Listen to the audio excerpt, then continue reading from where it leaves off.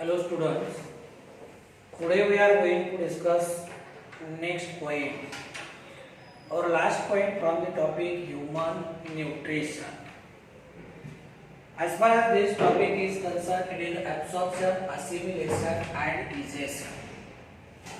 In last period we have completed all digestive activities. Means food material, partial digestion of food material it takes place in stomach and complete digestion or major digestion it is completed in small intestine.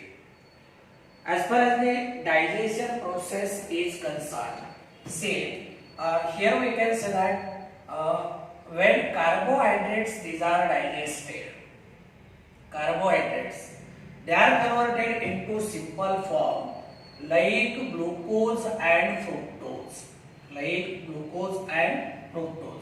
Second one, when proteins are digested, then amino acids these are produced. When fats are digested, then we know fatty acids and glycerol, this one is produced. Means here we can say that these are the complex carbohydrate, and these complex carbohydrate during digestion they are converted into their simple form, into their respective simple form. आता respective आपण एक term का वापरतोय इकडे लक्ष द्या. म्हणजे जेव्हा तुम्ही कार्बोहायड्रेटला तोडणार तेव्हा त्याच्यामधून ग्लुकोज आणि फ्रुक्टोजच मिळणार. म्हणजे असं होणार नाही की तुम्ही कार्बोहायड्रेट तोडलं तुम्हाला अमायनो ऍसिड मिळणार. म्हणजे रिस्पेक्टिव्ह फॉर्म मध्ये. तर हे काय झाले सिंपल फॉर्म झाले, हे झाले कॉम्प्लेक्स फॉर्म. कॉम्प्लेक्सचं कन्व्हर्जन सिंपल मध्ये याला आपण डायजेशन म्हणतो. आता डायजेस्टिव्ह ऍक्टिव्हिटी जर कंप्लीट झाली तर यांनाच आपण काय म्हणूया end products of digestion. these are called end product of digestion. आता एक लक्षात घ्या, अगदी सुरुवातीला मी तुम्हाला सांगितलं होतं डायजेशन मध्ये फक्त काय होते कॉम्प्लेक्सचं कन्व्हर्जन सिंपल फॉर्म मध्ये होते. कुठल्याही प्रकारची एनर्जी रिलीज होत नाही.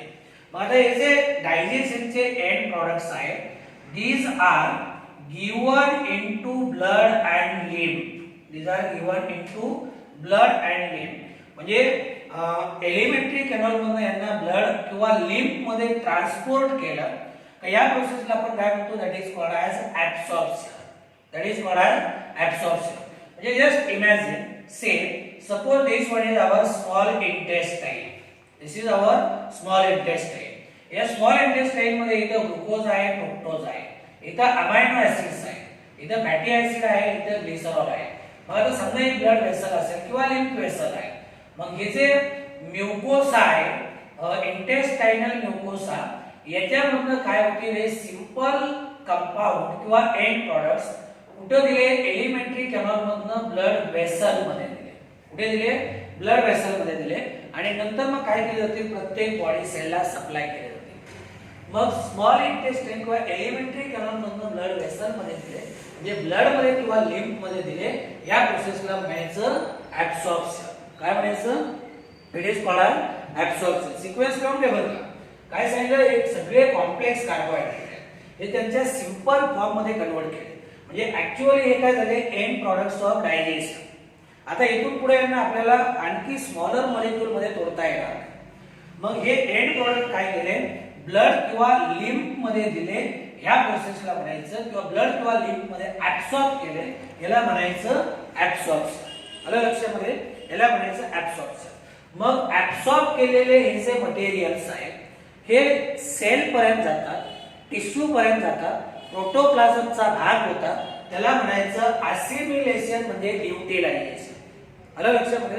मग हे एंड प्रोडक्ट सेल कशासाठी वापरेल प्रोटोप्लाझम तयार करण्यासाठी. या प्रोसेसला म्हणायचं असिमिलेशन. आणि शेवटी जे काही अनडायजेस्टेड वेस्ट मॅटर आहे हे ॲनस मधनं शरीराच्या बाहेर काढण्याला आपण काय म्हणतो इजेशन. काय म्हणतो इजेशन. हे जे असिमिलेशन आणि इजेशन दोन टर्म आहेत ना हे मायनर आहे. दोन पॉइंट आपल्याला त्याच्यामध्ये पाहिजे. पण पहिला मेन पॉइंट आपल्याला पाहिजे आहे तो म्हणजे ऍब्सॉर्प्शन.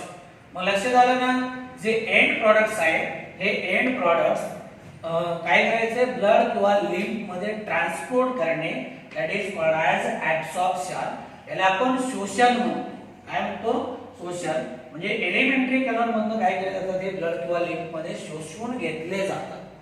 आता say we knows that the process of or the passage of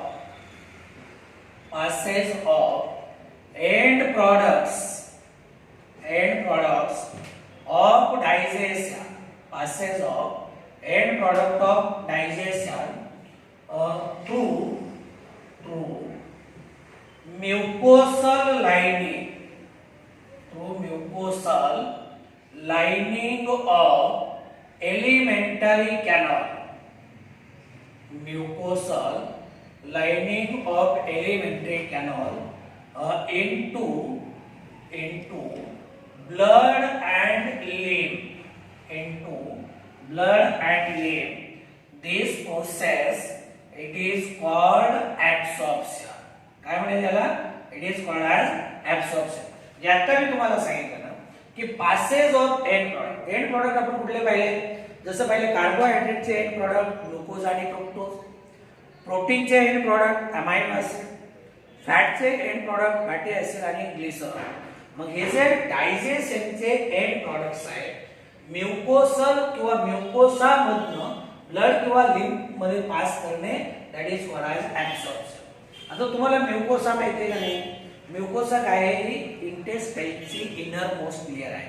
किंवा आपल्या एलिमेंटरी कॅनॉल मध्ये जे आपण 4 लेयर पाहिलं होतं का नाही? कुठल्या सगळ्यात बाहेरची सेरोसा, नंतर मस्क्युलारिस, नंतर सब म्युकोसा, आणि ज्याच्यामुळे इंटेस्टाईनचा ल्युमेन तयार होतो ती लेयर म्हणजे म्युकोसा. तर या म्युकोसल लाइनिंग मधनं ब्लड आणि लिम्फ मध्ये डायजेशनचे एंड प्रॉडक्ट पास होणे, याला आपण काय म्हणतो? It is called as absorption. And remember here this absorption it takes place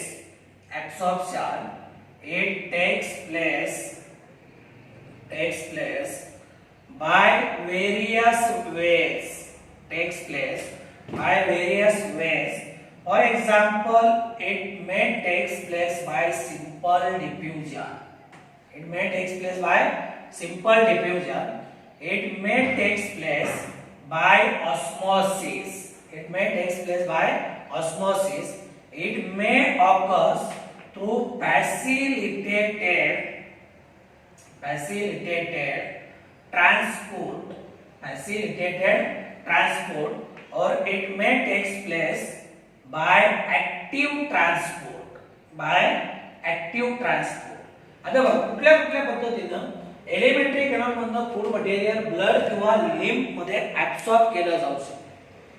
या 4 मेथड त्यांनी दिल्या जातात किंवा 4 वेज आहेत. या 4 वेजच्या माध्यमातून डायजेशनचे एंड प्रॉडक्ट कुठे? ब्लड आणि लिम्फ मध्ये ऍब्सॉर्ब केले जाऊ शकतात. कुठे? ब्लड आणि लिम्फ मध्ये. आता पहिली प्रोसेस आहे सिंपल डिफ्युजन. तुम्हाला डिफ्युजन माहिती आहे ना? इकडे बघा, डिफ्युजन तुम्ही शिकलाय. डिफ्युजन कुणाला म्हणतो आपण डिफ्युजन? आता इकडे बघा, हा पॉइंट संपेपर्यंत diffusion, osmosis, facilitated transport, active transport, हे जे वर्ड्स आहेत ते वेळोवेळी. डिफ्युजन कुणाला म्हणतो आपण? Diffusion means this one is a movement of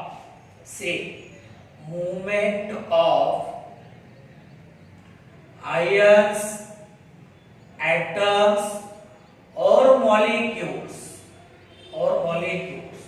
of solute, then liquid and gas from region of higher concentration to region of lower concentration. परत एकदा काय सांगतो? डिफ्युजन म्हणजे काय? Movement of ions, atoms or molecules from of solute, liquid or gas from region of higher concentration to region of lower concentration, particularly through semi permeable membrane. आता समजा काय होतं? हा सेमी परमिएबल मेम्ब्रेन आपण consider करू. काय करू? हा सेमी परमिएबल मेम्ब्रेन. आणि इकडे समजा काय आहे ते आयन्स आहे. काय आयन्स आहे. आता या बाजूला याचं कॉन्सन्ट्रेशन जास्त आहे आणि या बाजूला कॉन्सन्ट्रेशन कसं आहे कमी आहे. कॉन्सन्ट्रेशन कुठे जास्त आहे राईट साइडला, लेफ्ट साइडला कॉन्सन्ट्रेशन कमी. मग डिफ्युजन काय सांगते की movement of ions atoms or molecule from area of higher concentration to the area of lower concentration till equilibrium is attained. म्हणजे इकडे जास्त कॉन्सन्ट्रेशन आहे, इकडे कमी कॉन्सन्ट्रेशन आहे. म्हणजे आयनची मूवमेंट कशी होईल higher concentration to lower concentration. या पद्धतीने ऍब्सॉर्प्शन होतं. म्हणजे ही झाली सिंपल डिफ्युजन प्रोसेस. कुठे झाली सिंपल डिफ्युजन. आता ऑस्मोसिस काय ते बघा. ऑस्मोसिस कुणाला म्हणतो आपण same. Osmosis means this one is called as diffusion of pure water that is solvent from lower concentration to higher concentration.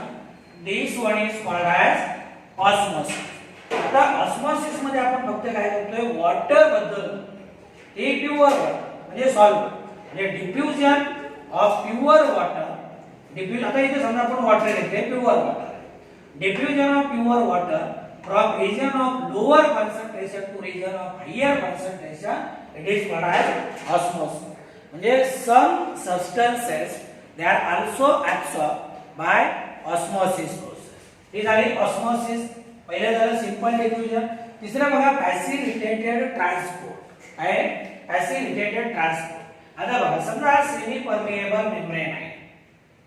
काय हा सेमी परमिएबल मेम्ब्रेन आहे आणि इकडे काय करायचं समजा सोडियम आयन्स आपल्याला काय करायचे ट्रान्सपोर्ट करायचे. पण हा मेम्ब्रेन या सोडियमला इम्परमिएबल आहे. काय इम्परमिएबल आहे.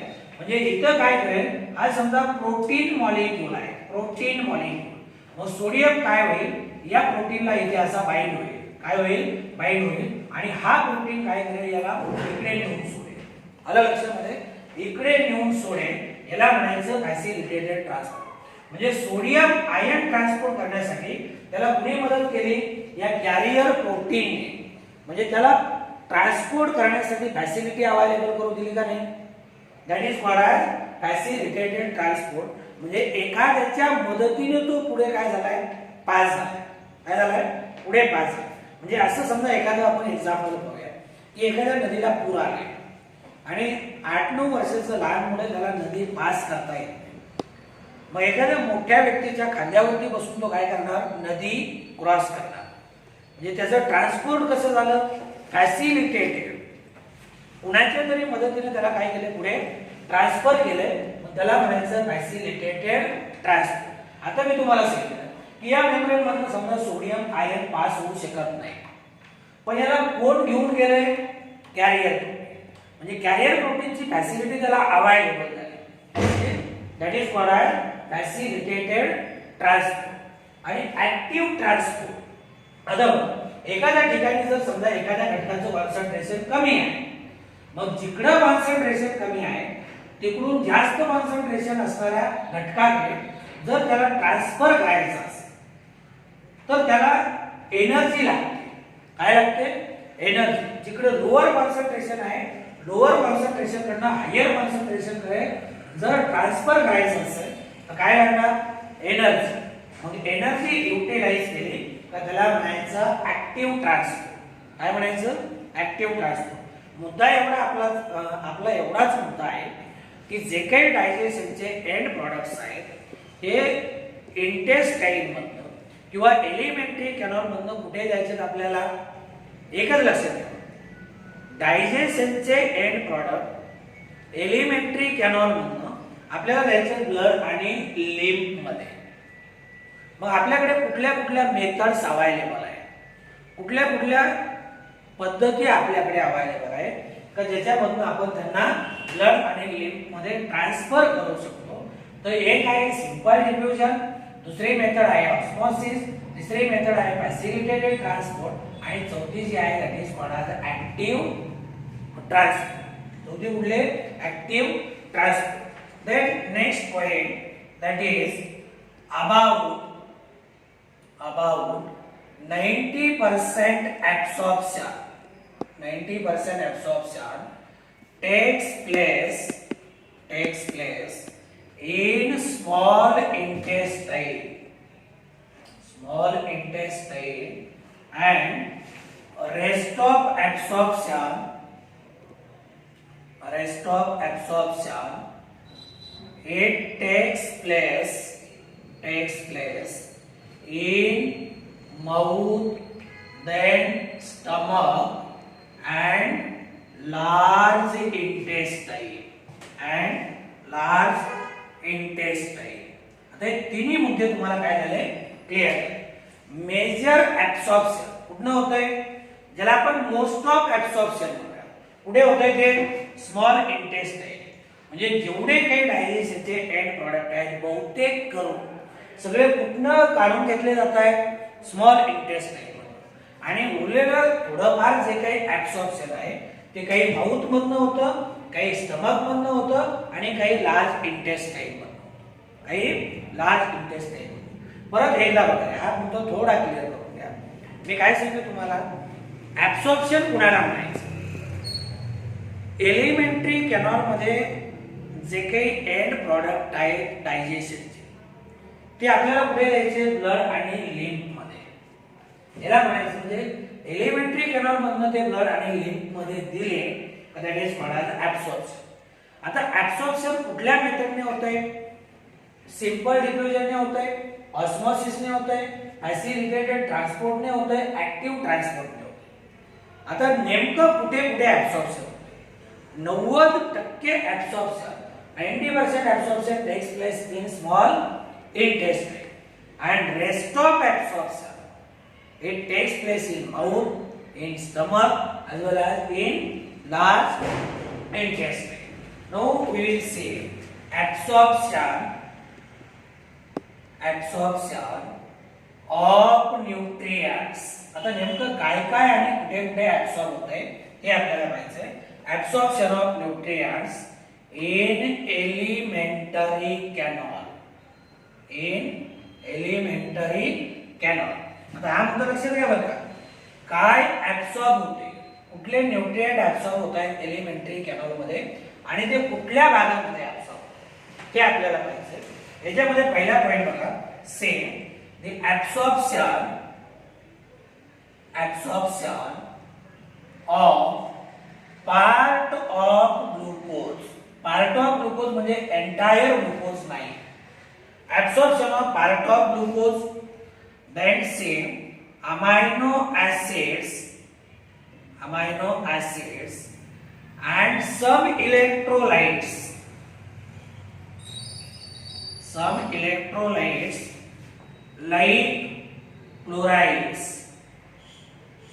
like chlorides takes place by simple diffusion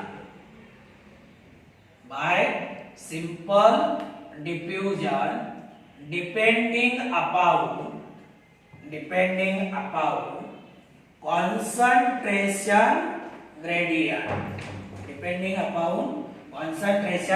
gradient. आता इथे बघा, पहिला मुद्दा काय सांगतोय, पहिला मुद्दा सांगतोय की absorption of part of glucose, amino acid and some electrolyte. काही इलेक्ट्रोलाइट असतील, अमायनो ऍसिड असतील, ग्लुकोजचा काही पार्ट असेल, तो कुठल्या पद्धतीने ऍब्सॉर्ब होतो, सिंपल डिफ्युजन. आणि तोही कसा, डिपेंडिंग अपॉन कॉन्सन्ट्रेशन ग्रेडियंट. म्हणजे जिकडं कॉन्सन्ट्रेशन ग्रेडियंट जास्त आहे तिकडनं कमी कॉन्सन्ट्रेशन ग्रेडियंट असणाऱ्या पार्ट. म्हणजे साहजिकच आहे ना, ब्लड मध्ये आणि लिम्फ मध्ये याचं कॉन्सन्ट्रेशन कमी असणार आहे, एलिमेंटरी कॅनॉल मध्ये जास्त असणार आहे. म्हणजे एलिमेंटरी कॅनॉल टू ब्लड आणि लिम्फ म्हणजे blood vessel to blood vessel and lymph vessel. तर कशावरती डिपेंड आहे, कॉन्सन्ट्रेशन ग्रेडियंट त्याची किती अमाउंट आहे, काय किती अमाउंट आहे. म्हणजे आता इथे बघा, समजा हा एलिमेंटरी कॅनॉल आहे, हा एलिमेंटरी कॅनॉल आहे आणि ही आपली काय ब्लड वेसल. मला सांगा, ग्लुकोज, अमायनो ऍसिड, इलेक्ट्रोलाइटचं प्रमाण कुठे असणार जास्त, इंटेस्टाइन. कमी कुठे असणार आहे, ब्लड वेसल मध्ये. मग कुठल्या पद्धतीने ऍब्सॉर्ब होतील हे? Bye simple diffusion depending upon concentration gradient. म्हणजे इकडं अमाऊंट जास्त इकडं कमी कमी जास्त अमाऊंट कडनं कमी अमाऊंट कडे. आलं लक्षामध्ये? म्हणजे simple diffusion. That another point that is some amino acids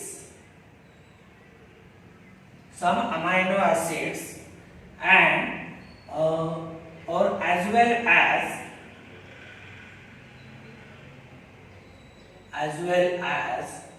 fructose are transported किंवा are absorbed by facilitated transport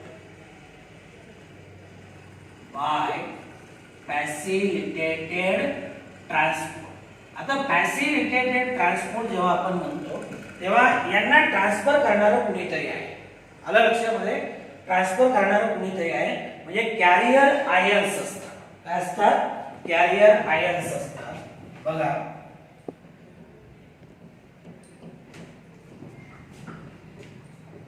आता मी तुम्हाला फॅसिलिटेटेड ट्रान्सपोर्ट बद्दल सांगितलं होतं. कुणाबद्दल? फॅसिलिटेटेड ट्रान्सपोर्ट बद्दल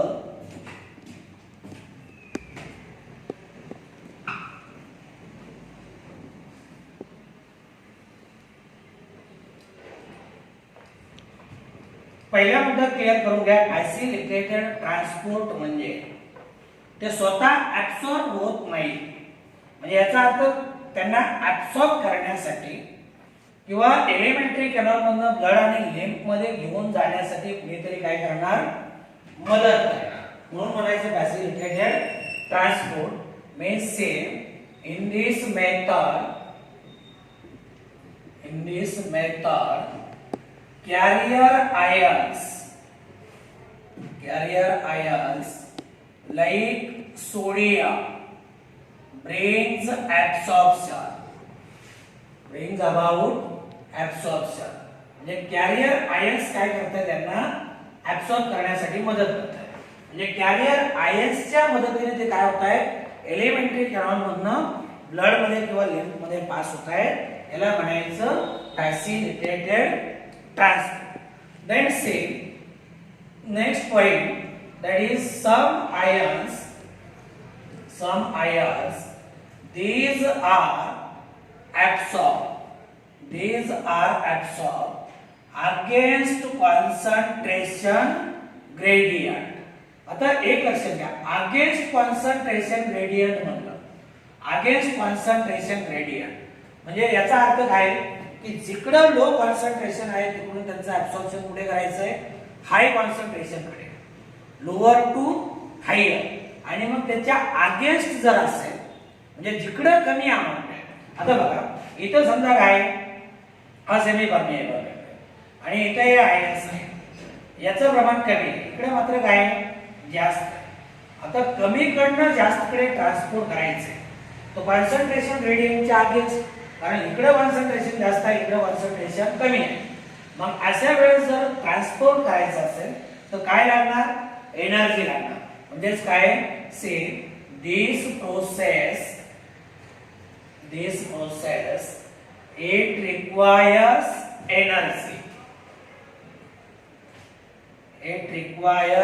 एनर्जी. साधी गोष्ट बघा ना, कमी कॉन्सन्ट्रेशन कडनं जास्त कॉन्सन्ट्रेशन कडे म्हणजे अगेन्स्ट कॉन्सन्ट्रेशन रेट म्हणजे तिथं काय काय होणार? एटीपी मॉलिक्यूल युटिलाइज होणार म्हणजे एनर्जी लागेल. मला सांग, आपण समजा नदीच्या पाण्यामध्ये पोहतोय, ज्या दिशेनं पाणी वाहतंय त्या दिशेने आपण पोहलो तर आपल्याला एनर्जी लागत नाही. पण जर उलट दिशेने आपण पोहायला तर एनर्जी लागते का नाही? एनर्जी लागते. प्रवाहाच्या बरोबर जर आपण चाललो तर एनर्जी लागणार, प्रवाहाच्या विरुद्ध दिशेने आपण चाललो तर एनर्जी लागणार. मग इथे काय होते? काही आयन्स असे आहेत, there are some ions which are absorbed against concentration gradient. म्हणजे जिकडं कमी कॉन्सन्ट्रेशन आहे तिकडून जिकडे जास्त कॉन्सन्ट्रेशन आहे तिकडे ट्रान्सपोर्ट करायचे. म्हणजे काय लागणार याला, एनर्जी लागणार. काय लागणार, एनर्जी लागणार. Then see next point, that is this type of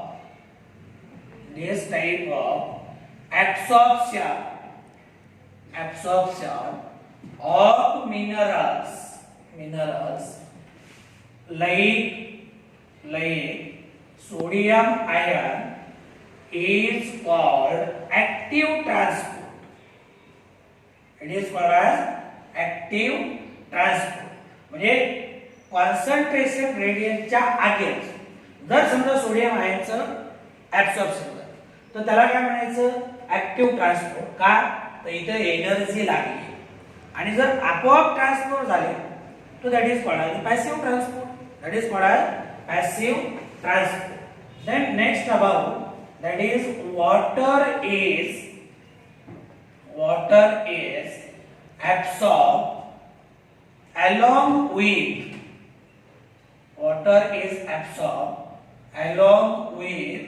concentration gradient. म्हणजे इथं जे वॉटरचं ऍब्सॉर्प्शन आहे याला कुठल्याही प्रकारची काय लागत नाही, एनर्जी लागत नाही. कुठल्याही प्रकारची एनर्जी लागत नाही, आपोआप पाणी ऍब्सॉर्ब होते. That is called as absorption of water. आता इथपर्यंत क्लिअर झालं. काय सांगितलं तुम्हाला, पहिला पॉइंट बघा, absorption of part of glucose, amino acid and some electrolyte like chloride takes place by simple diffusion depending upon concentration gradient. दुसरं, काही अमाइनो ऍसिड आणि फ्रुक्टोज यांना ट्रान्सपोर्ट करण्यासाठी काय लागतंय, काही कॅरियर आयन्स लागतात. काय लागतंय, कॅरियर आयन्स लागतात. आणि काही आयन्स आहेत, some ions they are absorb against concentration gradient. आणि जेव्हा अगेन्स्ट कॉन्सन्ट्रेशन ग्रेडियंट म्हणतो तेव्हा त्याला काय लागते, एनर्जी लागते. काय लागते, energy.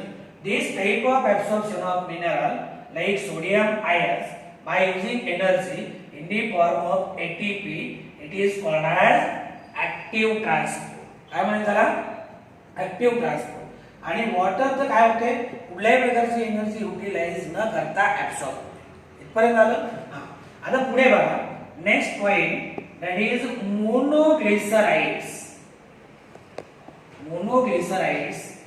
and fatty acids cannot be absorbed in blood.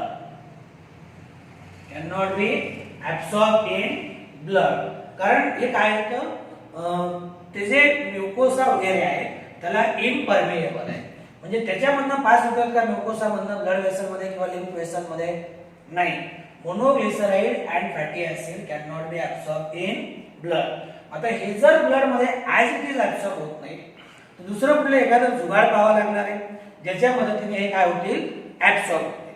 आता पहिला तर मुद्दा क्लिअर झालाय की मोनोग्लिसराइड आणि फॅटी ऍसिड काय होत नाही, ब्लड मध्ये ऍज इट इज ऍब्सॉर्ब होत नाही. आता दुसरं काय मेथड आहे बघा. Same these dissolves in center of spherical aggregates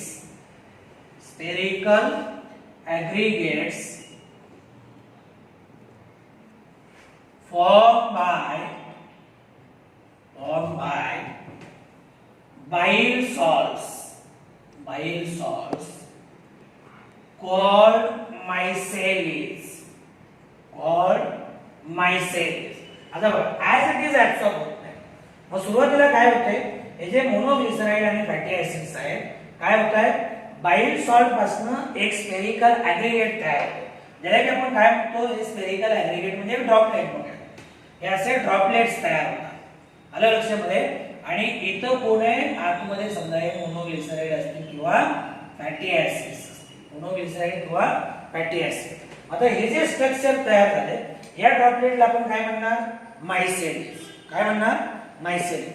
परत एकदा बघा, monoglyceride fatty acid as it is blood मध्ये ऍब्सॉर्ब होत नाही. काय होत नाही, ऍज इट इज ब्लड मध्ये ऍब्सॉर्ब होत नाही. म्हणजे याचा अर्थ सुरुवातीला काय होतं, ते बाईल सॉल्ट पासून जे ड्रॉपलेट्स तयार होतात या ड्रॉपलेट मध्ये डिझॉल्व्ह होतात. मग आता काय झालं, या स्ट्रक्चरला म्हणायचं मायसेलिस. काय म्हणायचं, these are called as मायसेलिस. आता या मायसेलिस पुढे जातील इंटेस्टाइनल व्हिलाई, जे आपण इंटेस्टाइन मध्ये उंचवटे पाहतो का नाही, त्या इंटेस्टाइनल व्हिलाई मध्ये जातो. आता मग हे मायसेलिस पुढे जातील, same these मायसेलिस they enters into intestinal villi. They enters into intestinal villi. आता intestinal villi मध्ये आल्यानंतर काय होईल बघा, here they are reformed into chylomicrons. Here they are reformed into chylomicrons. कशामध्ये कन्वर्ट होत आहे, कायलोमायक्रॉन मध्ये कन्वर्ट होत आहे. कशामध्ये, कायलोमायक्रॉन. आता कायलोमायक्रॉन काय बघूयात आपण. Same here we can say that these chylomicrons are small protein coated fat globules. Chylomicrons काय आहेत, प्रोटीन कोटेड फॅट ग्लोब्युल्स. आता इथे थोडं लक्षात घ्या बघा, काय होतंय की फॅट आणि फॅटी ऍसिड आणि मोनोग्लिसराइड ऍब्सॉर्ब होत नाही. मग सुरुवातीला काय केलं जातं, त्यांना ड्रॉपलेट मध्ये कन्वर्ट केलं जातं. ड्रॉपलेट म्हणजे मायसेलिस. हे मायसेलिस पुढे जाऊन कुठे जातात, इंटेस्टाइनल व्हिलाई मध्ये. जे इंटेस्टाइन मध्ये उंचवटे आहेत का नाही, त्या उंचवट्यामध्ये जातात. तिथं गेल्यानंतर काय होतं, त्याचं रूपांतर कायलोमायक्रॉन्स मध्ये होते. आता कायलोमायक्रॉन म्हणजे काय, की समजा हा फॅट ग्लोब्यूल आहे. काय आहे, फॅट ग्लोब्यूल, आणि याच्या भोवती काय, प्रोटीन कोटिंग तयार होते. काय तयार होते, प्रोटीन कोटिंग. पण एक लक्षात घ्या, कायलोमायक्रॉन मायसेलिस पेक्षा लहान आहे. कायलोमायक्रॉन्स मायसेलिस पेक्षा लहान आहे. मग कायलोमायक्रॉन म्हणजे काय, these are small protein coated fat globule. आतमध्ये फॅट ग्लोब्यूल आहे आणि बाहेरच्या बाजूने प्रोटीनची कव्हरिंग आहे. these are called as कायलोमायक्रॉन्स. आता हे कायलोमायक्रॉन्स काय होते, लिम्फ वेसल मध्ये सुरुवातीला ट्रान्सफर होते आणि नंतर मग ब्लड मध्ये येते. तर same these are transported into lymph vessels. These are called lacteals. आता इंटेस्टाइन कडनं येणाऱ्या लिम्फ वेसल यांना लॅक्टियल्स. काय म्हणतो लॅक्टियल्स, तर याच्यामध्ये ऍब्सॉर्ब फॅट आहे. फॅट आला का नाही, आता लिम्फ वेसल मध्ये फॅट आला, बरोबर आहे. फॅट मुळे काय होतंय, यांचा कलर मिल्की दिसतो, पांढरट दिसतो, म्हणून त्यांना आपण लॅक्टियल्स. म्हणजे मायसेलिसचं कन्वर्जन कायलोमायक्रॉन्स मध्ये. कायलोमायक्रॉन पुढे दिले लिम्फ वेसल्स मध्ये दिले, ज्याला की आपण लॅक्टियल्स म्हणतो. and finally from here they are transported into blood stream. कुठे दिले, शेवटी ब्लड स्ट्रीम मध्ये दिले. तर या पद्धतीने काय होते, वेगवेगळ्या न्यूट्रिएंटचं एलिमेंटरी कॅनॉल मध्ये ऍब्सॉर्प्शन. आलं लक्षामध्ये, एलिमेंटरी कॅनॉल मध्ये ऍब्सॉर्प्शन होते. काय करा, हा जो पॉइंट आहे ना, दोन पार्ट मध्ये डिवाइड करा. जो पहिला पार्ट आहे कुठपर्यंतचा, जो पहिला पार्ट इथपर्यंतचा आहे ना, आता याच्यामध्ये काय होतंय, ट्रान्सपोर्ट होण्यासाठी ऍक्टिव्ह ट्रान्सपोर्ट, सिंपल डिफ्युजन किंवा फॅसिलिटेटेड ट्रान्सपोर्टच्या मदतीने वेगवेगळे घटक ऍब्सॉर्ब होत आहेत. आणि दुसऱ्या पार्ट मध्ये आपण सरळ मोनोग्लिसराइड आणि फॅटी ऍसिड कडे आलो. ते ब्लड मध्ये ऍज इट इज ऍब्सॉर्ब होत नाही. त्यांचं रूपांतर सुरुवातीला मायसेलिस मध्ये, मायसेलिसचं रूपांतर कायलोमायक्रॉन्स मध्ये. कायलोमायक्रॉन दिले सुरुवातीला लिम्फ वेसल मध्ये, आणि लिम्फ वेसल शेवटी येऊन कुठे ओपन झाल्या, ब्लड स्ट्रीम मध्ये. कुठे, ब्लड स्ट्रीम मध्ये, म्हणजे कुठे दिले ते ब्लड मध्ये. तर या पद्धतीने झालं absorption of nutrient in elementary canal. आता एक लक्षात घ्या, आपल्याला एलिमेंटरी कॅनॉलचे 4 मेन पार्ट पाहिजे. एक आहे माउथ, दुसरा आहे स्टमक, तिसरा आहे स्मॉल इंटेस्टाइन आणि चौथा लार्ज इंटेस्टाइन. तुमच्या टेक्स्ट बुक मध्ये एक चार्ट दिलाय बघा.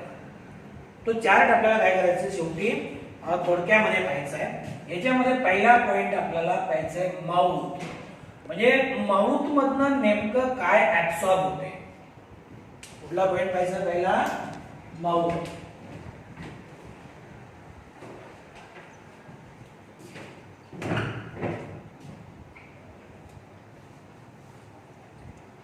से first point that is mouth.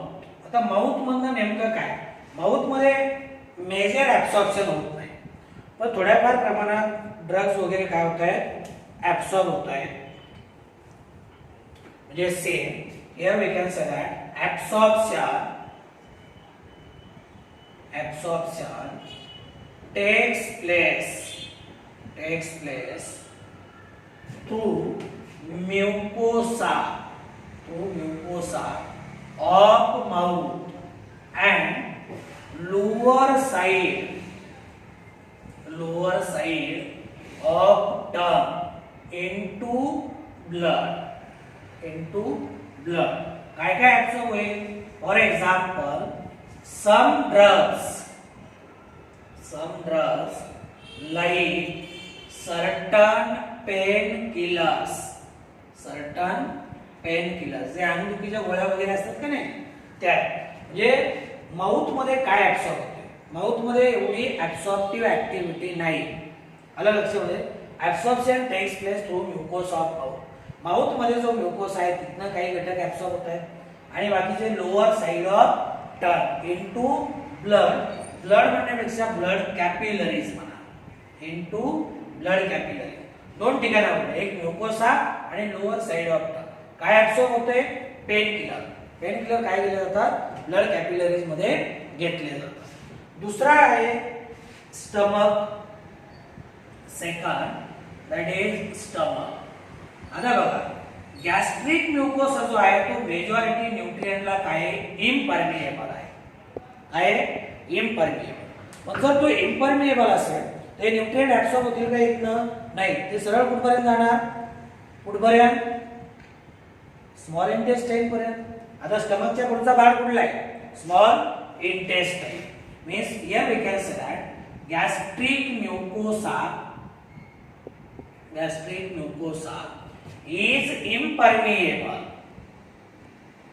is impermeable to most of substances. किंवा डायरेक्ट आपण न्यूट्रिएंट म्हणूया. Most of nutrients hence they reach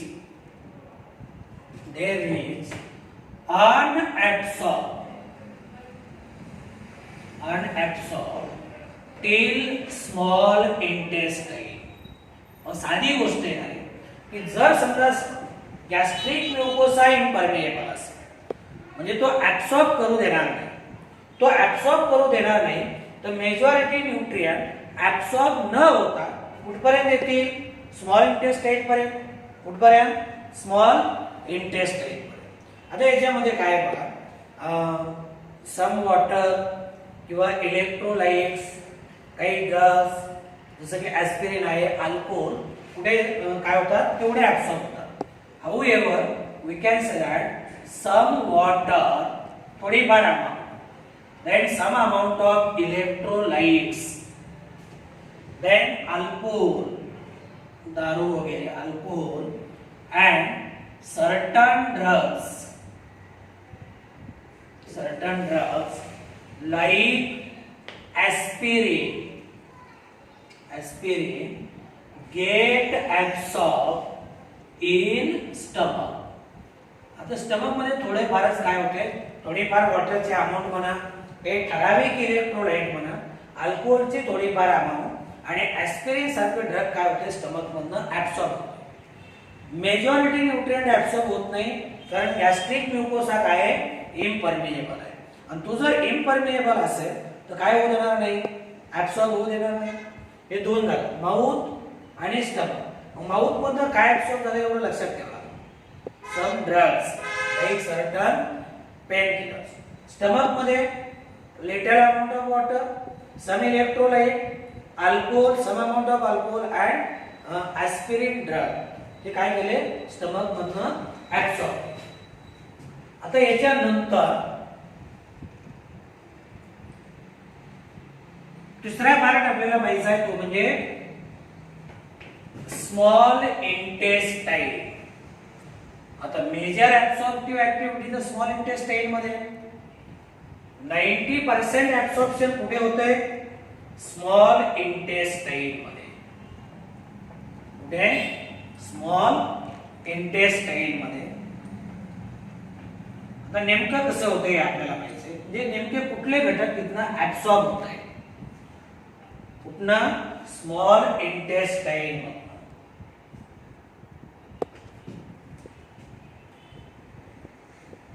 Say third, that is small intestine.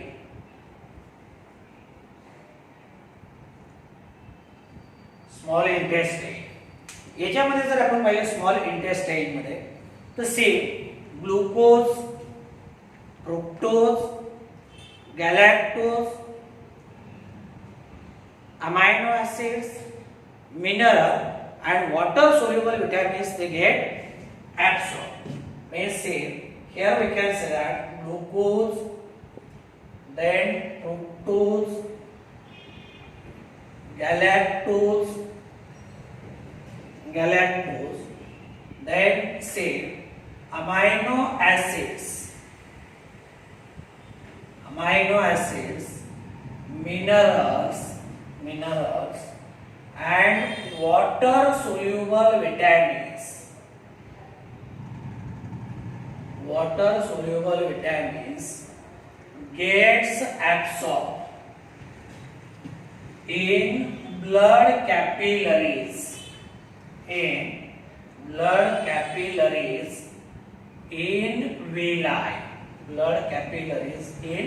villi. म्हणजे glucose असेल, फ्रुक्टोज असेल, गॅलॅक्टोज, अमायनो ऍसिड, मिनरल आणि water soluble vitamin जे आहेत हे स्मॉल इंटेस्टाईन मधनं इंटेस्टाइनल विलाय मध्ये ज्या कॅपिलरीज आहेत त्यांच्यामध्ये ऍब्सॉर्ब केले जातात. म्हणजे मेजर ऍब्सॉर्प्शन कुठे होतंय तर ते स्मॉल इंटेस्टाईन मध्ये. म्हणजे कुठे? स्मॉल इंटेस्टाईन मध्ये. Then say second point that is lipids and fat soluble vitamins. Fat soluble vitamins are absorbed in lymph vessel, that is called as lacteals. ते absorb होत आहे lacteals मध्ये. lacteals म्हणजे lymph vessel. मी आता सांगितलं ना की इंटेस्टाईन कडनं येताना फॅट घेऊन येते. फॅटमुळे तिचा कलर कसा दिसतो? व्हाईट, पांढरट, मिल्की अपीअरन्स. काय? Milky appearance. तर हे झालं ऍब्सॉर्प्शन इन स्मॉल इंटेस्टाईन. आणि शेवटी लार्ज इंटेस्टाईन. आता हे लार्ज इंटेस्टाईन मधनं काय ऍब्सॉर्ब होते बघा? Excess water. कारण वॉटर जर व्हेइकल मॅटर मधनं चाललं तर काय होईल? वॉटर जर व्हेइकल मॅटर मधनं चाललं तर डिसेंट्री लागेल. Now say here we can say that some amount of water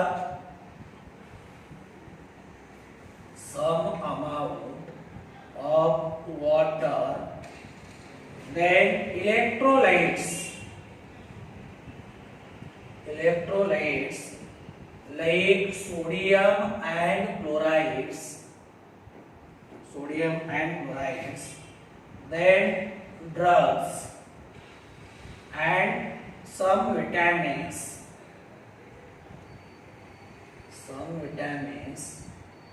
gets absorbed